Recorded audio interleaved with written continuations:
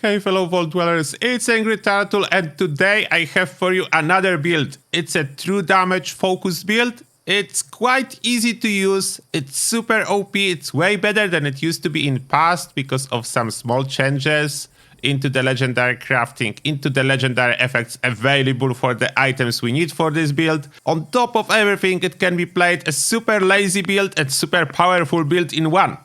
Therefore, yep, I think there is a lot of benefits for using it. And now let's start going step by step what you will need and how this build works. First, here you can see special distribution before application of legendary perks. Now, those are the legendary perks I'm using. What rats will need to be maxed out if you want to use this build in nuke zones without power armor. If you are not into the nuke zone without power armor, then rank 1 on what rats is already enough. After that, from the special perks, we have Legendary Luck, Legendary Strength, Legendary Endurance, and those you will need to possibly max out early. Funky Dats, this one can be rank 1, and it's just fine. And taking one for the team is only, of course, needed if you play a lot of the team and you fight bosses. Otherwise, you can use whatever else you really like for this place, but I am a big fan of taking one for the team. The only exception, I will not take it. If you are going for a solo build, then you use whatever you like. Now, all the perks and why. Of course, it's a two-handed build because we are using Buzzblade. Therefore, all the slugger perks we have Incisor, we have Blocker, and we don't have any carry weight as this build do not really need to carry too many chems. And if you want to carry a lot of chems, you can use a backpack with chem weight reduction.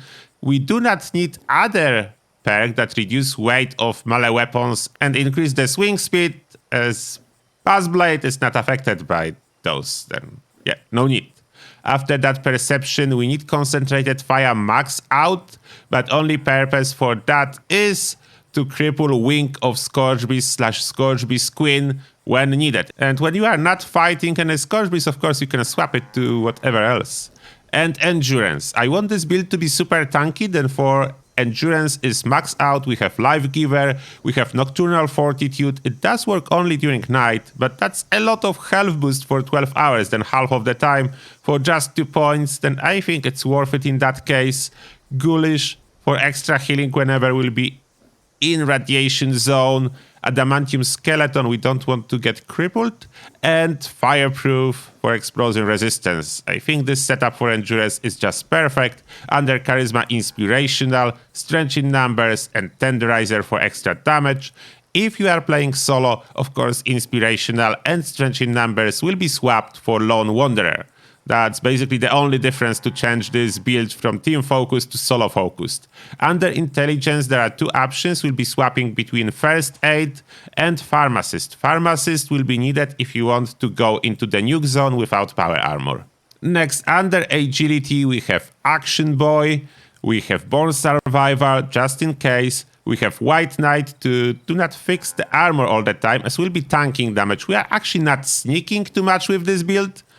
We're going Rambo style. This build can do that. And then we have Adrenaline for extra damage and Dodgy for damage mitigation. Rambo style and Dodgy, perfect match. Plus, in this build, you don't need VATS for anything. Therefore, all AP we have is only used by Dodgy, then it's absolutely fine. Under Luck, we have Bloody Mess, Tormentor again. That in combo with Concentrated Fire is needed to get Scorchbeast on the ground. If you are not fighting any Scorchbeast, you can toss something like Good with Salt if you want to store some extra food. It's not necessary though, like this build is not heavily reliant on food. I know that's exception, as usually melee build need a lot of food. This one do not. After that we have Class Freak, Curator, and Star Genes for a total of 12 in luck. Now let's go over the mutations. There is not too many mutations. Carnivore is of course the most important, as if you want to get any damage boost for melee, it's under Carnivore category, it's always meat. I am experimenting on this build with healing factor, as this build do not really rely on chems, therefore this chem effect reduction is not too bad, and this build is a full health, therefore healing factor shouldn't be causing any problems with fast travel. That's why this is in here. I know it's exception, I barely ever use this as it's causing so many problems with many builds, but this build seems to be working just fine with healing factor. And of course, healing factor can make this build even more lazy. After that we have Marsupial for jumping, Scully Skin for extra resistance, Speed Demon to move faster, and I almost forgot there's supposed to be Herd Mentality, I just added the serum now for extra special when on a team. Of course, no Herd Mentality if you'll be playing solo. On top of that, Twisted Muscle, of course, for more damage with melee weapons, all the melee weapons. Now let's jump over the gear, what and why. First, the weapons. The only weapon you'll be really using to do any damage will be Buzz Blade, or Booze Blade, like I like to call it. I really need a skin with some bottle of vodka attached and call it Booze Blade, but that's beside the point. Now, what changed with this weapon? In the past, it was basically locked to extra limb damage on the second star.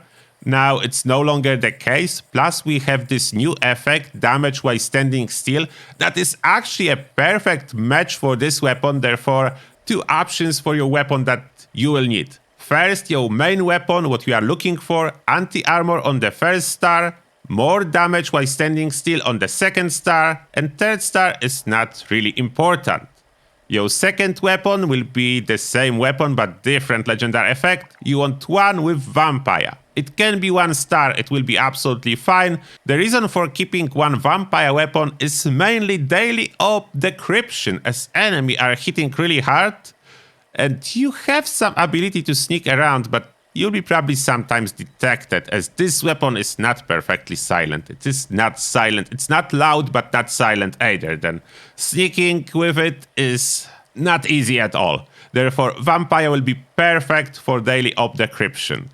On top of that, you will need one rifle with following modifications. It does not need to be a pipe rifle. It can be combat rifle, fixer, handmade, or assault rifle. What you want is this set of modifications and legendary effect on the third star, less AP cost. First star, second star doesn't matter, only third star do matter in this case, as this is exclusively used to cripple Scorchbeast Queen Wing, and force her to landing. Then that's the only use case for this weapon. It does not need to do any damage. For the armor, of course, we need full set of Thorn armor. The good news is, it absolutely doesn't matter what legendary effects you will get. I have on this character first 5 pieces I crafted, because unfortunately you cannot reroll legendary effects. Then the only way is crafting more and more and more, what's getting crazy expensive really fast. For the legs, I recommend polymer modification and ultralight mod. After that second piece, for arms, I do recommend as well polymer for resistance and weighted for armor penetration. It's working surprisingly well in combination with incisor and anti-armor on your weapon. Then yeah, that's awesome. You will see how much damage I will be doing when I show you this build on enemies. Then yeah, it does work really well. Now the right arm, of course, the same mods as the left arm. And then we have a chest piece. I do recommend as well polymer for resistant and asbestos lining for immunity to being set on fire. It's really useful for the tank-oriented builds. Like, it basically negates all the damage from falling embers when you do a Colossus fight in a cave, fighting Earl. Then that's really useful. But if you can craft more than one torso, because legendary effects do not matter, you can carry more than one torso. You can have one with like pneumatic, one with dense, or even totally different torso with a jetpack like Secret Service when you need to fly somewhere. Therefore, yeah, you have an options. This build have a lot of spare carry weight, then you can have more than one torso with you and just quick swap it, depend on needs. And that's my last piece, of course, the right leg the same as the left leg. About the backpack, I do recommend armor plated. Unless you really want to carry more chems, then chem weight reduction will work perfectly fine too. For the under armor piece, Secret Service under armor for this extra strength and endurance, shielded variant of course. Then that will be the gear for you covered. Under food and drink, you don't really need much, but I would recommend whenever you find some glowing meat or mutant hound meat, just cook it, because if you use just 2 food pieces, and those are just basically lying around everywhere, then you will never run out of those. You can always cook some. They do give you quite decent amount of melee damage. Its total will be 50% for 30 minutes, but just consuming such a simple 8. If you don't want, you don't need to, but this extra 50% damage helps speed up the process of killing regular mobs. What you need under 8 is just couple stims and radaways. Radaways only if you intend to go into the nuke zone. Otherwise, just some stim packs, just in case. Now let me demonstrate how this build works in practice, starting on some super mutants. In the meantime, I need to tell you that this build is super efficient on bosses. Therefore, you can use it if you want to kill bosses. You can solo Earl, no problem, because the bleed damage that is added to this weapon, thanks to the Torn Armor set, do apply as a true damage. Therefore, the air is taking full damage from the bleed, and every tick, whenever you just hold the button, as you can see, you don't even need to press it, you can hold it, you can even walk around while holding the button. Then you are doing damage, you are walking around. You can sprint while holding the button, then you can have like weapon slicing, dicing, everything all the time. You can sprint with weapon running, you can walk. I'm pretty sure you can only sprint in third person. Let me see. Yeah, you can only sprint with weapon running only in the third person, but that's still good. Now, why we have this pipe rifle? It's for all the Scourge Beasts. I will demonstrate now how to get Scourge Beast down on the ground. Because first we need to attract her to get closer. We need to get her in Vats range. And unfortunately, there's a lot of Scourge that drain my AP. Okay, I think we need to kill Scourge first. Okay, let's kill Scourge first. Scourge are very squishy. Therefore, it's not much problem to kill them all. And Scourge Beast landed, but I want her in air to demonstrate why this pipe rifle is here. Therefore, I will focus just on those Scourge, and you can see how easily you can kill everything. Like, it's effortless. I can say it's effortless. Okay, now the pipe rifle. Oh, there is one more Scourge somewhere. Where is he? I found you. And it's good if you use the quick wheel to keep swapping those weapons whenever needed.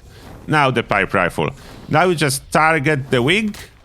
And thanks to concentrated fire and other perks, shooting is very cheap. You can shoot really fast. Now she's crippled. Now she will land as easily as that. I just swapped to my boost blade again. And look at that.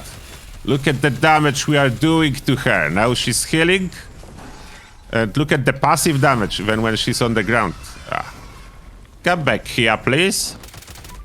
Look how fast. Look how fast you can cripple. It's absolutely no-brainer. This stupid pipe rifle is so good. Of course, it does not need to be a pipe rifle. You can use handmade, you can use fixer, you can use combat rifle. Just put the same modifications and it will do the job. And look at the passive damage. And this passive damage, it's a true damage. Therefore, it works so good on the bosses. That's the reason it works so good on the bosses. I will not show you a boss fight in this video, as this will be lengthy if I would like to do so.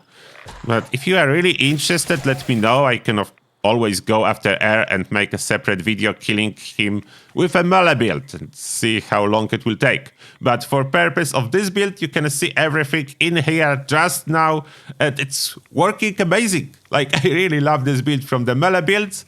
That's one of my favorite. It's the most unique. It's using Torn Armor, it's using bleed damage, it's almost immortal. Basically, it is immortal. It's full health with so much health. How much health do I have in here? Yeah, like 500 health. There is really not much things that can kill you from 500 health. It's really, really not easy to die.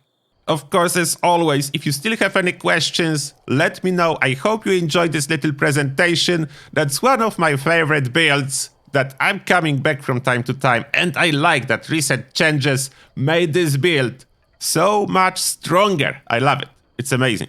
And now, as always, thank you a lot for watching. and see you all in the next one.